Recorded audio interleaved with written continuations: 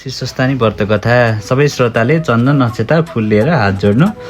यम्बरमा वर्णेन्द रुद्र मरुत स्तुन्वन्ती दिवस तवै वेदैसँग बध गर्नुपर्ने सधैँ गायन्ती यम सामगा ध्यान बस्ती तत्त गतेन मनसा पश्यन्ती यम योगिनो स्थान्तम न विदु सुरासुर गढा देवाय तस्मै नमः।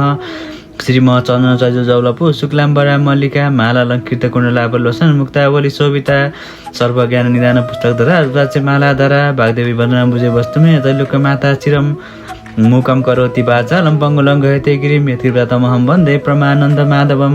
नमो भगवते तस्मै व्यासामि हृदयजसे यस्य प्रसाद दच्छामि नारायण कथामिमां। नारायणं नमस्कृत्य नरं चैव नरोत्तमं देवीं सरस्वतीं व्यासं ततो जयमुदीरये। फुल चढाएर नमस्कार गर्नु र सबैले एकचित्त भएर कथा सुन्नु। आज 23औं अध्याय। कुमारजी आज्ञा गर्नुहुन्छ अगस्त्य मुनि। त्यहाँ उपरान्त नवराज ब्राह्मणीकी स्त्री चन्द्रावतीले आफ्नी सासू गोमासित भनिन्, हे माता, म माइत नगएको धेरै दिन भयो। यहाँ खानलाई छैन, लाउनलाई वस्त्र पनि छैन। अरूसित मागेर कति निर्वाह गर्ने? यसर्थ तपाईँले आफ्नो जिएको र घरको सम्भार गरी बस्नुहोस्। तपाईँका छोरा आएपछि मलाई डाक्न पठाउनुहोला। म गएपछि एक पेट पाल्न तपाईँलाई पनि सजिलै हुनेछ। म जान्छु भनेर गोमा ब्राह्मणलाई दण्डवत गरेर चन्द्रावती माइत गइन्। चन्द्रावती गएपछि आफूलाई दुःख परेको देखेर भिक्षुक रूप श्री महादेवले सरापेको सम्झेर मनमा नै भन्न लागिन्। 7 वर्षकी हुँदा 70 वर्षका बुढासित विवाह भयो। ती पनि भिक्षा माग्न भनी गएका फिरेनन्। फेरि छोराले बुहारीले पनि छाडेर गए। यस्तो अवस्थामा परे धिक्कार रहेछु। उस दिन मलाई श्राप दिने भिक्षुक श्री महादेव नै रहेछन्। हे जगदीश्वर, हे शशिशेखर, तपाईँलाई कोटी कोटी नमस्कार छ। मैले जानिन अपराध गरेँ। अनजान बालकको अपराध भनेर क्षमा गरी मेरो रक्षा गर। कि मेरो यो प्राणलाई हर भनेर आँखादेखि बलिन्द्र आँसुका धारा खसाली सधैँ रोई कराई बोलाइ जस्ती भएर हिँड्न थालिन्। यो कुरा कैलाशमा रहने पार्वतीले चाल पाइन् र श्री महादेवको आनन्द समयमा बिन्ती गर्न लागिन्। हे जगदीश्वर, हेर्नुहोस्, त्यो गोमाको दुःख, त्यो पनि तपाईँकी स्त्री हो। त्यसलाई उपेक्षा गर्न योग्य छैन। मलाई अति करुणा भयो। हे दिनबन्धु दयासागर, त्यसको केही उपाय अरू गरौँ कि? आज्ञा भए श्री स्वस्थानीको व्रत गराइदिए। दुःखको समुद्रदेखि पार होली। यस्तो पार्वतीले भनेको सुनेर महादेवले त्यसै गरे हुन्छ भन्ने आज्ञा भयो।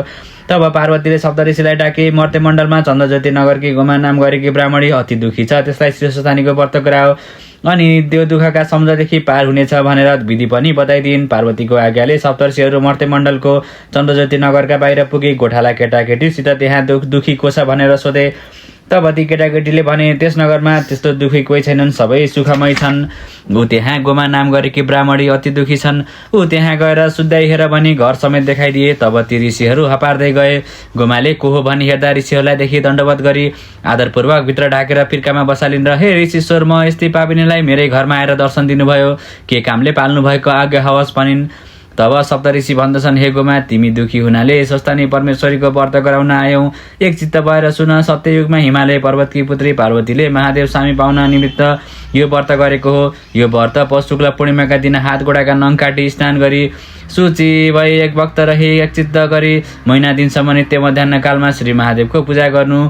माघ शुक्ल पूर्णिमाको दिन अष्टोत्तर सत अक्षता, अष्टोत्तर सत रोटी, अष्टोत्तर सत जात जातका फलफुल नाना उपचार तयार गरी आरसीमा ओमकार लेखी गङ्गा जलले स्नान गराउनु। सिन्दुर, रक्त, चन्दन, फुलमालाहरू पहिराउनु। धूप दीप नैवेद्यहरू, कस्तुरी वस्त्र भेटी पनि चढाई शीर्षस्थानी परमेश्वरीको पूजा गर्नु। कथा सुन्नु, सुनाउनु।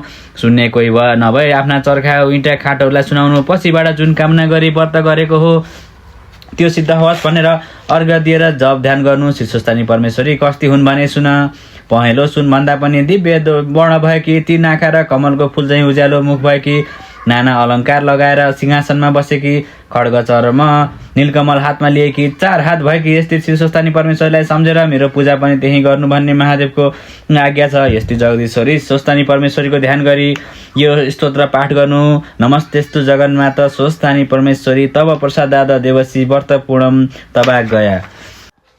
अर्थ, हे जगतकी माता, सबैलाई मङ्गल गर्ने स्वस्थानी परमेश्वरी, तपाईँको कृपाले मेरो व्रत पुरा भयो। यति भनेर दण्डवत गरी प्रसाद झिक्नु। अष्टोत्तर सतमा 8 सबै झिकेर सगुन समेत आफ्ना पुरुषलाई दिनु। पुरुष नभए छोरालाई दिनु। छोरा पनि नभए मिछोरालाई दिनु। मिछोरा पनि नभए गङ्गामा लगी मेरो फलानु कामना सिद्ध होस् भनेर बगाउनु। 100 रोटी आफूले फलाहार गरी राति जागराम बस्नु। यति गरेपछि तिम्रो सम्पूर्ण दुःख नाश भएर सुख पाउली। यसमा अन्यथा नमाने। यसै व्रतका प्रभावले पार्वतीले महादेव स्वामी पाएकी हुन् भनी ऋषिहरूले व्रत व्रतविधि बताएपछि गोमाले मनमा आनन्द मानेर भनिन्, हेरी ईश्वर हो, तपाईँहरूका कृपाले शीर्षस्थानी परमेश्वरको व्रतविधि सुने। म यस्तै पापिनीका घरमा केही वस्तु छैन, केले आतिथ्य गरौँ, पसलबाट पान किनेर ल्याउँछु, तब जानुहोला भनी चर्खामा रहेको धागाको लरिया लिएर घरदेखि निस्किन्। सप्तऋषिहरूलाई तिनको दुःखदेखि दया भयो र 7वटा सुनका कौडी आफू बसेका पीरका मुनि छाडी स्वर्ग गए। इतिश्री स्कन्द पुराणे केदारखण्डे माघ महात्म्य कुमार अगस्त सम्वादे शीर्षस्थानी परमेश्वराय व्रत कथायाम स्वस्थानी व्रत परदेशो नाम 23 फुलेर हात जोड्नु।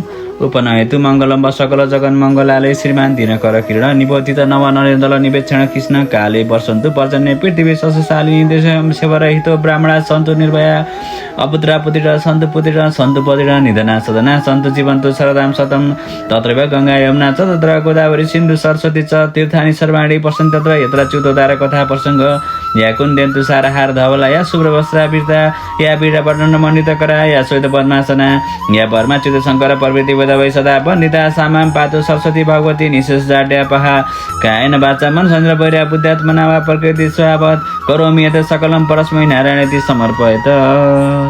शिशुस्थानी माता की जय।